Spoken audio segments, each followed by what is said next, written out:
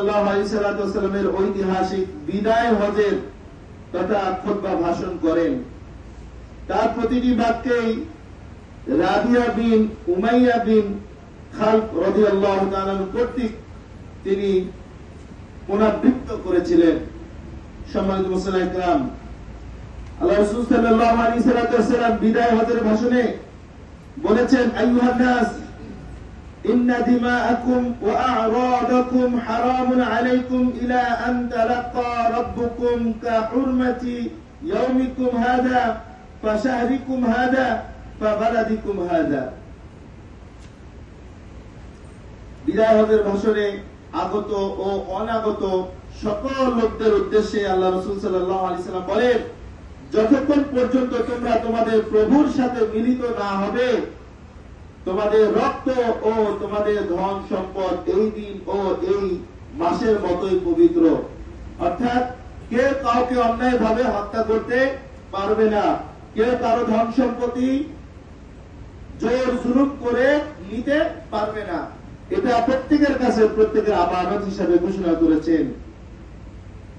আল্লাহ রাসূল সাল্লাল্লাহু আলাইহি ওয়াসাল্লাম আরো বলেন, আলা হাল বাল্লাগতু আল্লাহুম্মা ফাশহাদ। নিশ্চয় তোমরা তোমাদের প্রভুর সাথে মিলিত হবে।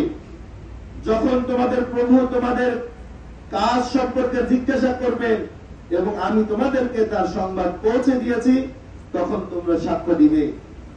আল্লাহ রাসূল সাল্লাল্লাহু আলাইহি সাল্লাম বিদায় হজের ভাষণে সামাজিক কর্তব্য সম্পর্কে ইরশাদ করেন, ফামান কানাত ইনদাহু আমানাতুন ফালিউআদ্দিহা ইলা মান ইতামানাহু আলাইহা।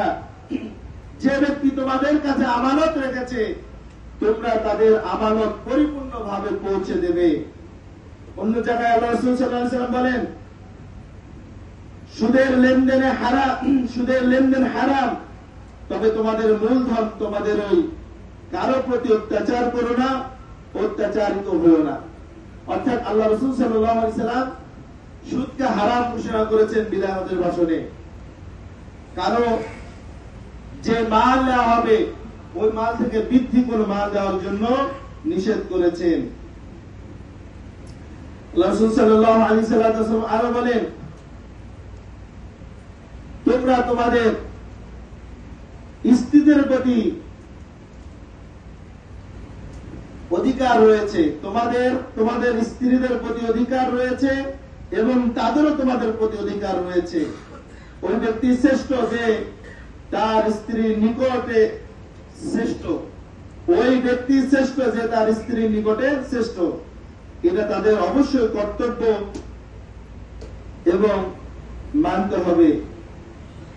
সম্মানিত মুসলিম ইকরাম, ভবিষ্যৎ সম্পর্কে আল্লাহ রাসূল সাল্লাল্লাহু আলাইহি সাল্লাম বিদায় হজের ভাষণে বলেন, হে মানব মণ্ডলী, তোমরা আমার কথাগুলো ভালোভাবে অনুধাবন করো, যার জন্য আমি আমার কথাগুলো তোমাদের জন্য রেখে গেলাম।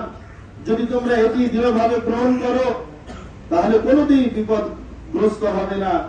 বিশেষ করে আল্লাহর কুরআন ও রাসূলের সুন্নাহ, কিতাবুল্লাহি ওয়া সুন্নাত নবিয়িহি।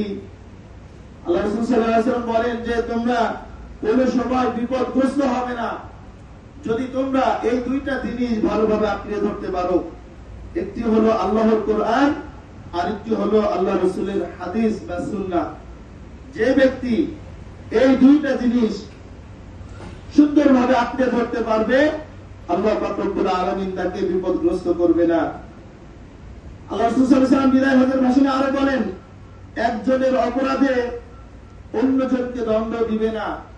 অর্থাৎ একজন অন্যায় করলো, অপরজনকে অন্যায় শাস্তি দিতে নিষেধ করেছেন।